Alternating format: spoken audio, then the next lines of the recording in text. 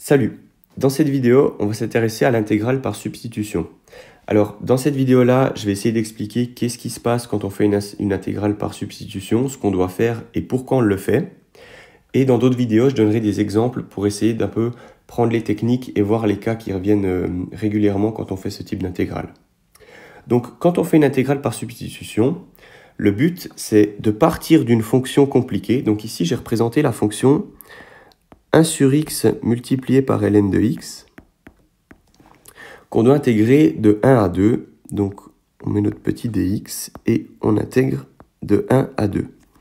Le but d'une substitution, c'est de partir de ce monde un peu compliqué, le monde des x, et de faire une substitution. Donc, ça signifie exprimer des valeurs avec d'autres lettres et sous d'autres nominations, pour changer de monde et se ramener à une fonction beaucoup plus simple. Ça, on saurait l'intégrer. Et en faisant la bonne substitution, on peut se ramener à justement une fonction ici super simple, et l'intégrale vaudra exactement la même valeur ici que là. Donc, c'est ça qu'il faut garder en tête, c'est que on est dans un monde, le monde des x, qui est très compliqué. C'est une fonction qui est compliquée à intégrer.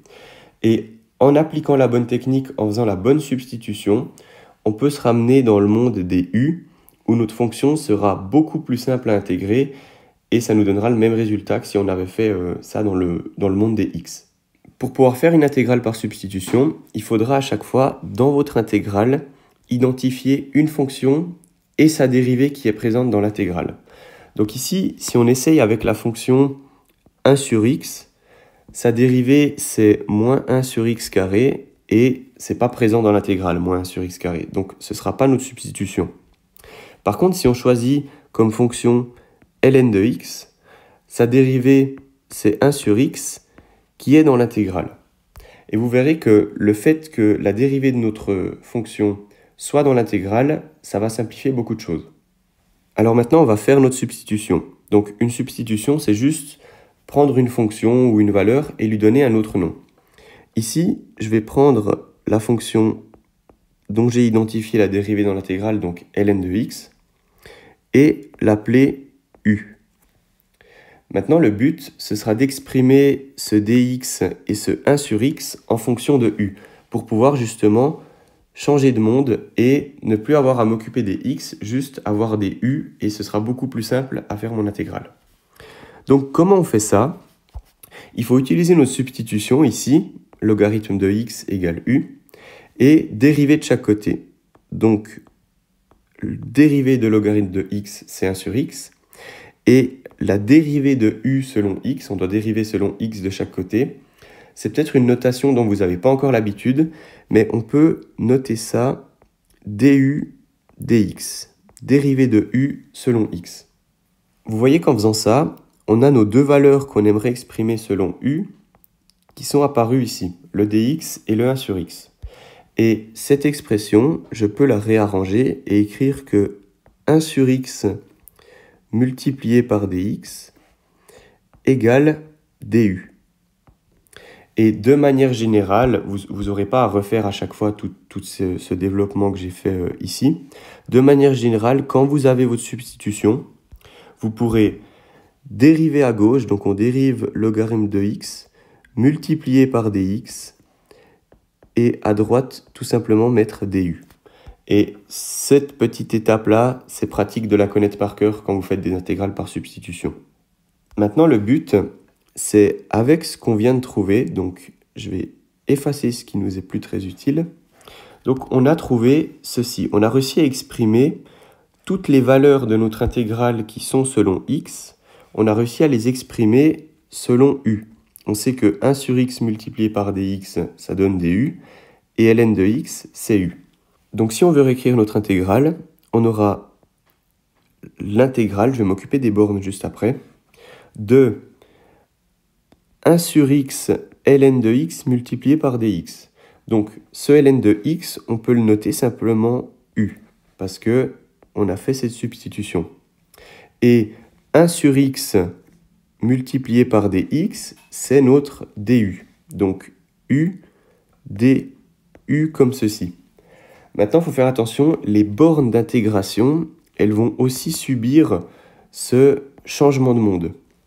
Donc, ici, on intégrait de 1 à 2.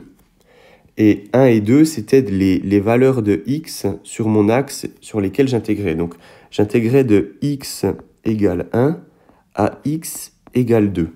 Maintenant, quand je fais mon changement de monde ici, je dois me demander si la valeur de x c'était 1, dans le monde de u, quelle est la nouvelle valeur? Et la même chose pour 2. Et ceci, ça se fait avec notre substitution qu'on a faite au départ. Donc, quelle est la valeur de u si x valait 1? Donc, si x vaut 1, on avait ln de 1 égale u. Donc, cette nouvelle valeur ici, c'est ln de 1, qui vaut 0. Donc, 0 ici.